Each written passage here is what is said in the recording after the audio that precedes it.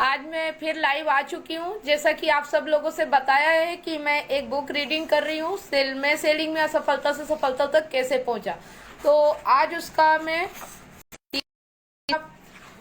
तीसरा पैराग्राफ पढ़ने वाली हूँ, जो कि आप सब यहाँ से सीख के अपनी लाइफ में कुछ अच्छा काम करेंगे। तो यहाँ मैं भी सीख रही हूँ, मेरे साथ साथ आप भी सीखिए और किताब पढ़ने का आनंद लीजिए। तो चलिए मैं शुरू करती हूँ।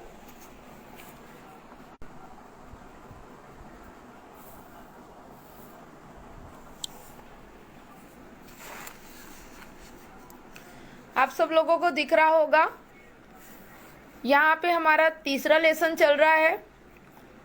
2 लेसन मैंने कंप्लीट कर लिए हैं।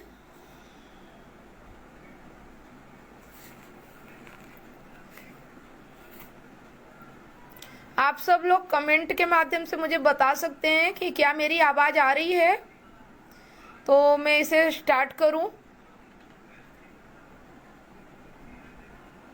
ठीक है, तो आज है, इसे करने के बाद मुझे अपने सबसे बड़े दुश्मन का सामना करने में मदद मिली। तो आज अगर ये चैप्टर आप इसे समझ लेंगे तो आपकी लाइफ में, आपकी सेलिंग में, आपकी लाइफ में, आपके सफलता में जो आगे बढ़ने में सबसे बड़ा दुश्मन होता है, जो हमें पता नहीं होता, वो आज इसके माध्यम से आपको पता चलने वाला है। और इससे सीख के आप अपने सेलिंग में सफल हो सकते हैं और अपने जीवन में बहुत कुछ अच्छा कर सकते हैं। तो मैं इसे पढ़ने जा रही हूँ। पहले साल में तो मेरी कमाई इतनी कम थी कि मुझे स्वार्थमोर कॉलेज की बेसबॉल टीम के कोच का पार्ट टाइम जॉब करना पड़ा। एक दिन मुझे चेस्टर के YMCA की तरफ से आमंत्रण मिला कि मैं वहां जाकर साफ सुथरा जीवन, साफ सुथरा चरित्र और साफ सुथरा खेल विषय पर कुछ बोलूं। पत्र को पढ़ते ही मुझे यह एहसास हो गया कि उनके आमंत्रण को स्वीकार करना मेरे लिए कतई संभव नहीं था। दरअसल मेरे सामने यह रहस्य अचानक खुला कि 100 लोगों की बात तो रहने दे, मुझमें एक अकेले आदमी से विश्वासपूर्ण ढंग से बात करने की हिम्मत नहीं थी। तो यहाँ पे ये जो हमारे लेखक है इस किताब के, उनकी कहानी है कि जब उन्हें बोला गया कि आपको 100 लोगों के सामने बोलना है, तो वो यहाँ पे बिल्कुल घबरा गए और उन्हें लगा कि वो तो ये काम कर ही नहीं सकते। तो उसके बाद आप सुनिए, जैसे कि हर किसी को ऐसा घबराहट होती है कि मैं पब्लिक में कैसे बात करूं, तो वो चीजें यहाँ पे दिखाई गई हैं कि आप कैसे कर सकते हैं। इसका आपको तरीका यहाँ बताया जाएगा, क्योंकि अगर हम कोई भी काम करते हैं तो लोगों की आवश्यकता पड़ती है। जब हम लोगों से बात ही नहीं कर पाएंगे तो हम अपने जीवन में आगे कैसे बढ़ेंगे। तो यहाँ पे आज इस लेसन के माध्यम से आप सीख पाएंगे कि लोगों से बात करने के लिए हमें क्या करना है।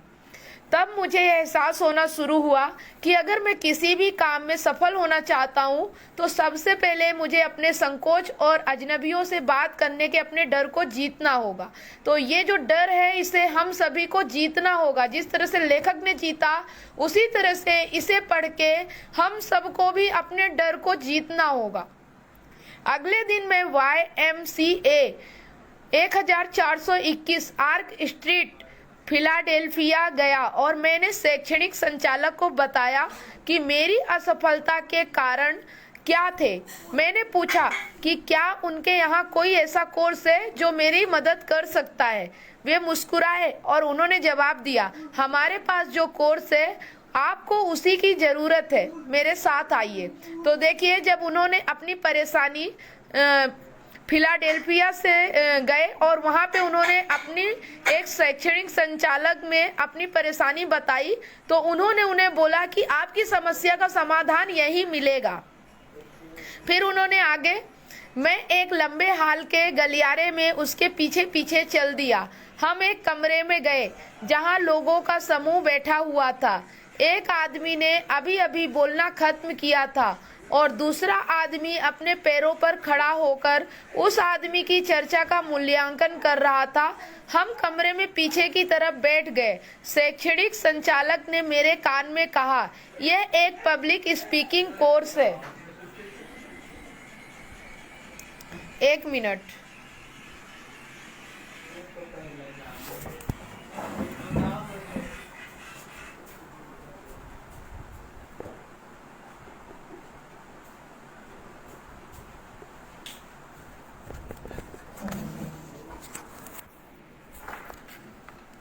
तो यहाँ पे उन्हें आप देख पाएंगे कि एक लंबे से हॉल में गए, वहाँ पे गलियारे के पीछे पीछे उनके साथ चल दिए और वहाँ पे पब्लिक स्पीकिंग मतलब कि बात चल रही थी, जहाँ पे वो अपने पैरों पर खड़ा होकर उस आदमी की चर्चा का मूल्यांकन कर रहा था। हम कमरे में पीछे की तरफ बैठ गए। शैक्षणिक संचालक ने मेरे कान में कहा, यह एक पब्लिक स्पीकिंग कोर्स है। मैंने कभी पब्लिक स्पीकिंग कोर्स का नाम नहीं सुना था। तभी एक और आदमी खड़ा हुआ और उसने भाषण देना शुरू कर दिया। उसका भाषण भयानक था। दरअसल यह इतना भयानक था कि इससे मुझे प्रोत्साहन मिला। मैंने खुद से कहा, हालांकि मैं डरा हुआ हूँ, हालांकि मैं गूंगा हूँ, परंतु मैं इससे बुरा तो नहीं बोल सकता। जल्दी ही वह आदमी जिसने पहले वाले वक्ता का मूल्यांकन किया था दोबारा मंच पर आया। मेरा उससे परिचय करवाया गया। उसका नाम डेल कार्नेगी था। मैंने कहा, मैं शामिल होना चाहता हूँ। उन्होंने कहा, हमारा कोर्स लगभग आधा हो चुका है, शायद आपको कुछ समय और इंतजार करना चाहिए। हम जनवरी में एक और क्लास शुरू करने जा रहे हैं। लेकिन आप यहाँ देखिए कि उनकी जो जरूरत थी वो अभी की थी और उनसे इंतजार नहीं हो रहा था। तो उन्होंने बोला, नहीं। मैंने कहा, मैं अभी इसी समय शामिल होना चाहता हूँ। ठीक है। मिस्टर कार्नेगी मुस्कुराए और उन्होंने मेरी बांह थामकर कहा, आप हमारे अगले वक्ता हैं। जाहिर है यह सुनकर मैं थर थर कांपने लगा।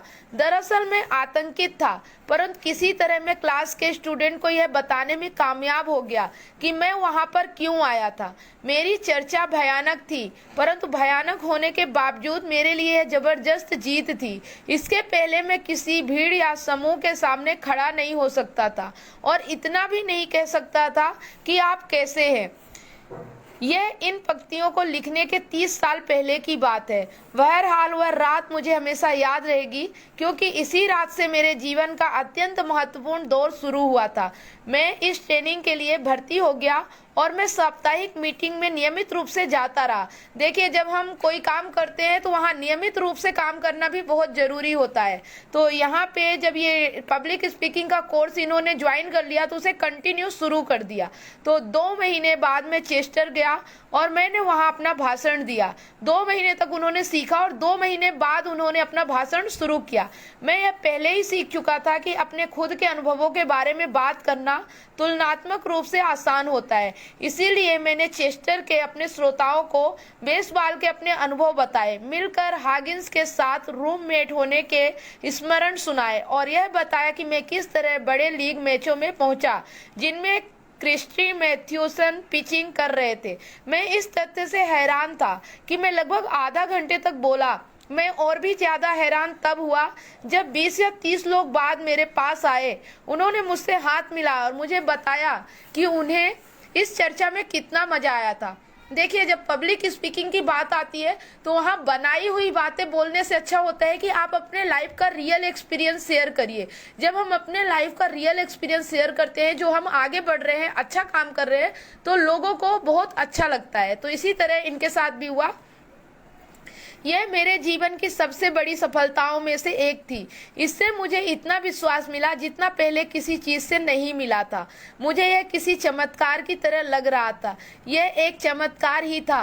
2 महीने पहले मैं किसी से अपनी आधिकारिक स्थिति में भी चर्चा करने से डरता था और अब मैं यहाँ खड़ा होकर 100 लोगों के समूह के सामने उनकी दिलचस्पी का केंद्र बना हुआ था और इस अनुभव का आनंद ले रहा था। जब मैं उस कमरे से बाहर निकला तो मैं पूरी तरह बदल चुका था। तो आपने देखा कि सीखने से हमारे जीवन में कितना बड़ा बदलाव आता है। तो इसी तरह ये किताब भी हम सीख रहे हैं। अगर हमने इसे सीख लिया और अपने लाइफ में उतार लिया तो हमारी लाइफ भी पूरी तरह से बदल जाएगी। मेरे 25 मिनट के भाषण से उस समूह के लोगों ने मेरे बारे में जितना जाना उतना वे उस स्थिति में नहीं जान पाते अगर मैं महीनों तक उनके साथ बिना बोले बैठा रहता। तो यहाँ पे आपको देखेंगे कि पब्लिक स्पीकिंग था तो वहाँ पे बोलना भी जरूरी था। तो जब वो बोलते गए और उन्होंने अपना अनुभव शेयर करना शुरू किया तो वो सब कुछ सीख पाए जो उन्हें सीखना था और जिसके लिए वो इस कोर्स को करने के लिए गए थे। मुझे आश्चर्य हुआ जब मीटिंग के चेयरमैन और डेलावेयर काउंटी के प्रसिद्ध वकील जे वार्टन वीक्स स्टेशन तक मेरे साथ आए। जब मैं ट्रेन में चढ़ा तो उन्होंने मुझसे हाथ मिलाया। मुझे भावहीन भावभीना धन्यवाद दिया और मुझे आमंत्रित किया कि मैं मौका मिलते ही वहां पर फिर चला जाऊं। जब ट्रेन चलने लगी तो उन्होंने कहा, मैं और मेरा लाभ पार्टनर जीवन बीमा खरीदने के बारे में सोच रहे हैं। मुझे चेस्टर जाने का अगला मौका आश्चर्यजनक रूप से जल्दी ही मिल गया। अब देखिए, यहाँ पे उन्होंने जब पब्लिक स्पीकिंग सीख लिया तो लोग उनके साथ काम करने के लिए भी तैयार हो गए। तो ये सारी चीजें आपके साथ भी हो सकती है, बस आप सीखने के लिए तैयार रहिए। ये आप देख सकते हैं, यहाँ मैं आपको किताब दिखा रही हूँ, आप इसे अपने तरीके से भी पढ़ सकते हैं और अपने कमेंट के माध्यम से बता भी सकते हैं कि आपने क्या सीखा। मुझे चेस्टर जाने का अगला मौका आश्चर्यजनक रूप से जल्दी मिल गया। उसके कुछ सालों बाद J Wharton Weeks Keystone automobile club के प्रेसिडेंट बन गए, जो दुनिया का दूसरा सबसे बड़ा ऑटोमोबाइल क्लब है। बार्टन वीक्स मेरे बहुत अच्छे दोस्त बन गए और इसके अलावा मेरे बिजनेस को बढ़ाने में भी उनका काफी बड़ा हाथ रहा। हालांकि इस संबंध से मुझे बहुत लाभ हुआ, परंतु यह लाभ उस लाभ की तुलना में भी कुछ भी नहीं था जो मुझे आत्मविश्वास और साहस हासिल करने से मिला था। और इसका कारण इतना सा था कि मैंने पब्लिक स्पीकिंग में यह कोर्स करके ट्रेनिंग हासिल की थी। इससे मेरी आंखें खुली और मेरा उत्साह बढ़ा। इससे मुझे अपने विचारों को लोगों के सामने अधिक प्रभावी तरीके से कहने में मदद मिली और इससे मुझे अपने सबसे बड़े दुश्मन को नष्ट करने में मदद मिली, डर। जो हमारा सबसे बड़ा दुश्मन होता है वो होता है डर। आपको इस किताब को पढ़ने के बाद जो आपके अंदर का डर है वो आप यहाँ से खत्म कर सकते हैं। और मैं इस किताब को पढ़ रही हूँ, इसके पहले मैंने बहुत सारी चीजें सीखना शुरू कर दिया है, अपने लाइफ में बदलाव लाना शुरू कर दिया है। इसी वजह से आज मैं आपके सामने ये किताब पढ़ पा रही हूँ, आपके सामने बोल पा रही हूँ और आपके सामने मेरे सोशल मीडिया पे आप बहुत सारी चीजें देखेंगे जो मैं दिन भर काम करती रहती हूँ और मुझे काफी हद तक सोशल मीडिया के थ्रू बहुत सारा लाभ भी मिल रहा है। तो ये सब कैसे होता है? ये सब इन्हीं सब चीजों को सीखने के कारण होता है। तो यहाँ पे हमारा सबसे बड़ा शत्रु कौन है? डर है, जिसे हमें खत्म करना है। जब आप डर खत्म करेंगे तो कहते हैं ना, डर के आगे जीत है, तो ही आपको सफलता मिल सकती है। हर चीज का डर, मैं पब्लिक में बोल नहीं सकता, मैं रिस्क नहीं ले सकता, मैं जीवन में कुछ करूंगा शायद ये मुझसे होगा नहीं, ये सारा डर आपको खत्म करना होगा। और जिंदगी बहुत हसीन है, आपको अपने डर को खत्म करके इसे एंजॉय के साथ जिंदगी में जीना है। और आज के समय में आप अगर ये सारी चीजें सीख जाते हैं तो इनकम करना बहुत ईजी हो जाता है। जो आदमी या औरत डर के कारण पीछे हैं, जिसमें साहस और आत्मविश्वास की कमी है, मैं उससे यही अनुरोध करता हूं कि वह अपने शहर में आयोजित हो रहे सबसे अच्छे पब्लिक स्पीकिंग कोर्स में शामिल हो जाएं। किसी भी लेक्चर कोर्स में शामिल ना हो, किसी ऐसे कोर्स में ही शामिल हो जहां आपको हर मीटिंग में बोलने का मौका मिले, क्योंकि यही तो आप चाहते हैं, बोलने का अनुभव। अगर आपको कोई अच्छा प्रैक्टिकल कोर्स ना मिले तो वही कीजिए जो बेन फ्रैंकलिन ने किया था। बेन ने इस तरह की ट्रेनिंग के महान मूल्य को समझ लिया था और उन्होंने मेरे गृह नगर में ही एक ग्रुप बना लिया। हर सप्ताह वे एक रात को मिला करते थे, हर सप्ताह या महीने के लिए वे चेयरमैन चुनते थे। अगर आपको कोई अच्छा प्रशिक्षक ना मिले तो एक दूसरे का मूल्यांकन करें, जैसा फ्रैंकलिन के ग्रुप ने 200 साल पहले किया था। तो आप एक चीज और ध्यान दीजिए कि अगर कोई चीज आपको सीखना है तो आप अपने ग्रुप में जो आप लोगों से मिलते हैं वहां से शुरू कीजिए। आप छोटे छोटे मीटिंगों में जाना शुरू करिए और वहां से बोलना शुरू करिए। आपको जो ये पब्लिक स्पीकिंग मतलब जो लोगों से बात करने का डर होता है वो धीरे धीरे खत्म होता चला जाता है और आप एक बहुत बढ़िया एक्सपर्ट जो पब्लिक स्पीकर बन जाते हैं। तो ये भी बहुत अच्छी मदद करता है। मैंने पाया कि मेरी क्लास के उन सदस्यों को सबसे ज्यादा फायदा हुआ और उनमें सबसे ज्यादा सुधार नजर आया जिन्होंने अपनी ट्रेनिंग का प्रयोग अपने प्रैक्टिकल जीवन में किया। इसीलिए खराब स्थिति के बावजूद मैंने सार्वजनिक रूप से बोलने के अवसर ढूंढना शुरू कर दिया। पहले तो स्टेज के डर के मारे मेरी जान निकल गई, परंतु मैंने किसी तरह अपना भाषण पूरा कर ही लिया। मैंने 8 बच्चों की संडे स्कूल क्लास को भी पढ़ाया। बाद में मैं संडे स्कूल का सुपरिटेंडेंट बन गया। मैं 9 साल तक सुपरिटेंडेंट बना रहा। इस ट्रेनिंग के और अनुभव का प्रभाव लोगों के साथ मेरी निजी चर्चाओं में भी पड़ा। यह मेरे अब तक के सर्वश्रेष्ठ अनुभवों में से एक था। तो देखिए, सीखने से ही कुछ नहीं होता, सीखने के साथ साथ जब उसे हम अपनी लाइफ में उतारना शुरू करते हैं तो वो हमारी लाइफ में परिवर्तन लाना शुरू करता है।